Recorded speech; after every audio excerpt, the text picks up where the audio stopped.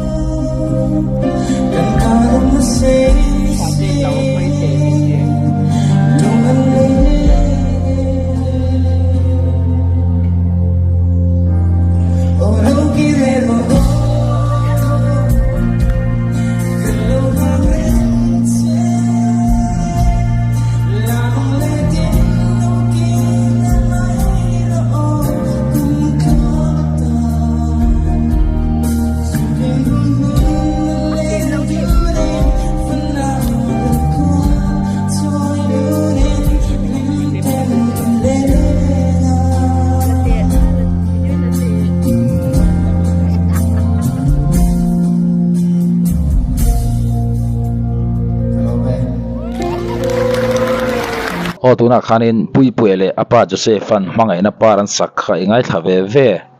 ani ati khanin puipuia hianin amahuna hian apa hi alaron zui chhozel dorani zailama phechonin apa nunga zui chhozel dorani itvm komendalama khan lo soila chu tirwalin pu Josepha ngai om hle mai ni chuan kan soi thina pu Josepha hi chuan hlap huate lo thiam hle mai thluk siam te a hla zong deuh thaw hi ama siam vek hi lo ni a thluk te nen chu wang chuan zofa te thin lunga hina dai to don lo ti chiang reng ani pawni se puipuia le pu Josepha za ingei thlaka khanin engei rilwa lo om ve komendalama khanin i lo soi ve le don nia